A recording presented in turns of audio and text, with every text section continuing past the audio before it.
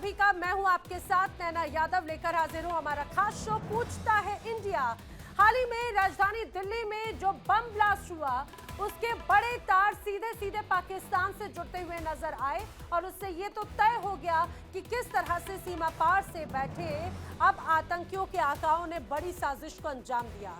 और खास तौर से दिल्ली ब्लास्ट मामले में जो तमाम आरोपी गिरफ्तार हुए, आरोपियों के पाकिस्तान समेत दूसरे देशों से भी कनेक्शन स्टैब्लिश होते हुए नजर आए। मामले में गिरफ्तार आरोपी डॉक्टर शाहीन से पूछताछ हुई, जिसमें उसने पाकिस्तान से रिश्तों की जानकारी भी दी है।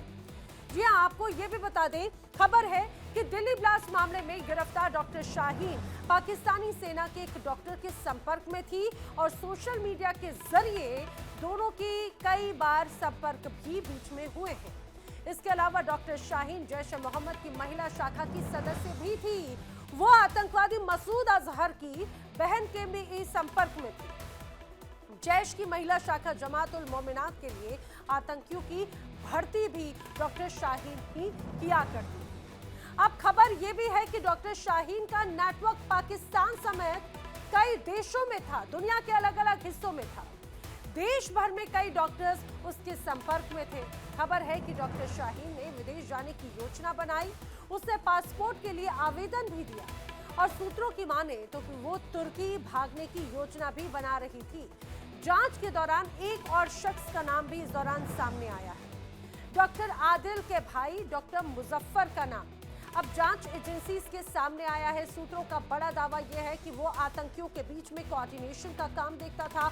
अगस्त में दुबई भी वो भाग गया था, साथ ही भारत और पाकिस्तान में मौजूद हैंडलर्स के भी संपर्क में था।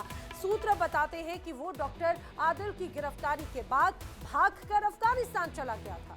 जाहिर है जांच के दौरान पाकिस्तान के नाम एक बार फिर से एक नहीं, दो बार नहीं, बल्कि कई बार सामने आए और इस बार तो पाकिस्तानी सेना के एक डॉक्टर से आरोपी डॉक्टर के रिश्तों का खुलासा हो रहा है। इससे पहले पीओके में आतंकवादियों की बैठकों की तस्वीरें भी कई बार सामने आई थी। वो तस्वीरें पीओके की ही बताई जाती हैं।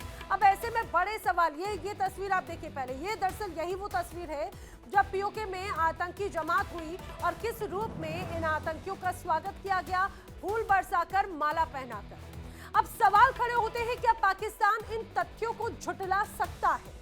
क्या वो अभी भी यही कहेगा कि उसका इस ब्लास्ट से कोई रिश्ता नहीं? हम करेंगे इसी पर चर्चा। हमारे साथ में मौजूद होगा खास मेहमानों का पैनल, लेकिन उसके पहले बड़े सवाल जान लीजिए। बड़े सवाल खड़े होते हैं, ब्लास्ट के तार पाकिस्तान से जुड़ रखे हैं, क्या पाक इन सबसे इनकार कर देगा? सवाल ये भी, क्या पाक सेना इस साजिश में सीधे तौर पर शामिल रही है?